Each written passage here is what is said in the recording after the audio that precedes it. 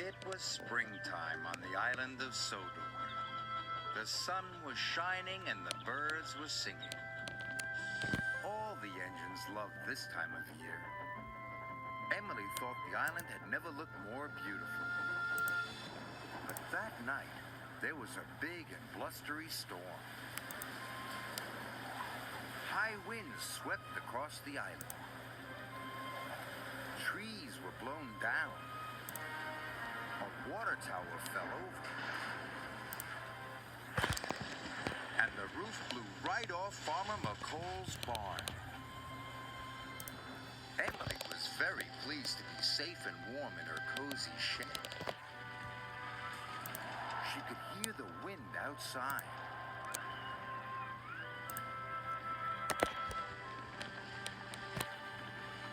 But the next morning, Emily could not believe her eyes. The storm had made a terrible mess. Farmer McColl was looking at the damaged barn. The baby calves will be cold at night. I must fix the roof right away. But Farmer McColl didn't have any timber for the roof. So he telephoned Sir Topham Hatt. Sir Topham Hatt came to see Emily. The storm blew the roof off Farmer McColl's barn, he said. You must take him some timber so it can be fixed. Yes, sir, said Emily. Emily steamed over to the timber yards.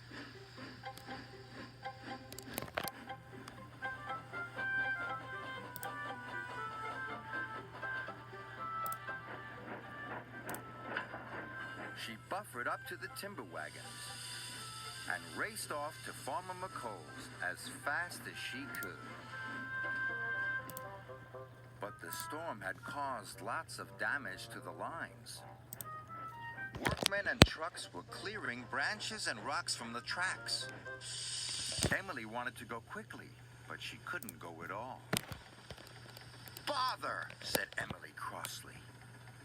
Trevor and the workmen were trying to move the tree, but moving it was taking a long time. Hurry up, Emily puffed impatiently. You must work harder.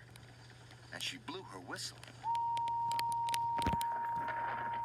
Trevor was working as hard as he could.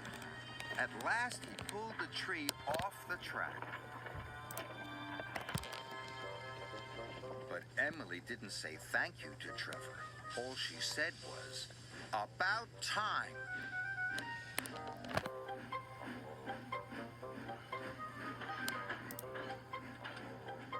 Every time she came across workmen clearing the track, she blew her whistle and wheezed her steam. This made the workmen cross, but Emily thought it made them work harder. Then Emily came across a fallen water tower. It had crashed onto her line. Oh no, she cried.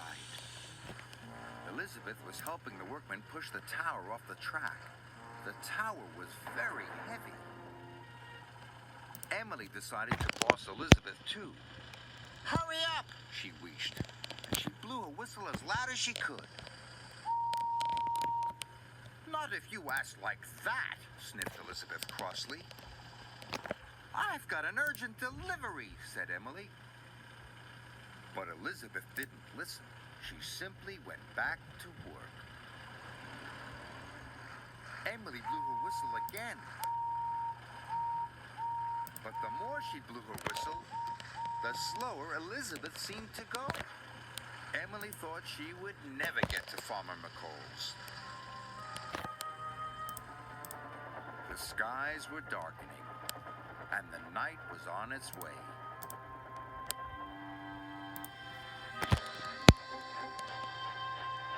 Thomas arrived bringing more supplies. Hello, Thomas tooted.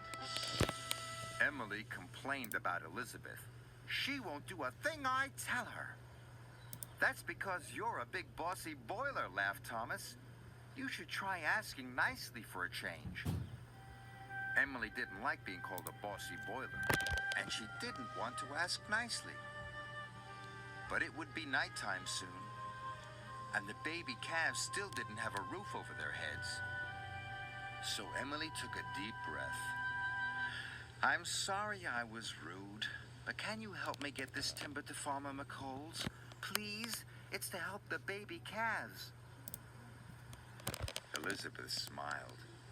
Why, certainly, she puffed. I'll get your track cleared in no time. Emily was surprised. Thomas was right. Asking nicely was just like magic. Elizabeth pushed with all her puff. The tower was heavy, but with a mighty heave, the track was clear. Thank you, cried Emily, and she steamed on as fast as she could. It was nearly bedtime. Emily knew the baby calves would be getting cold. So whenever there was something on the track, she took a deep breath and said please and thank you.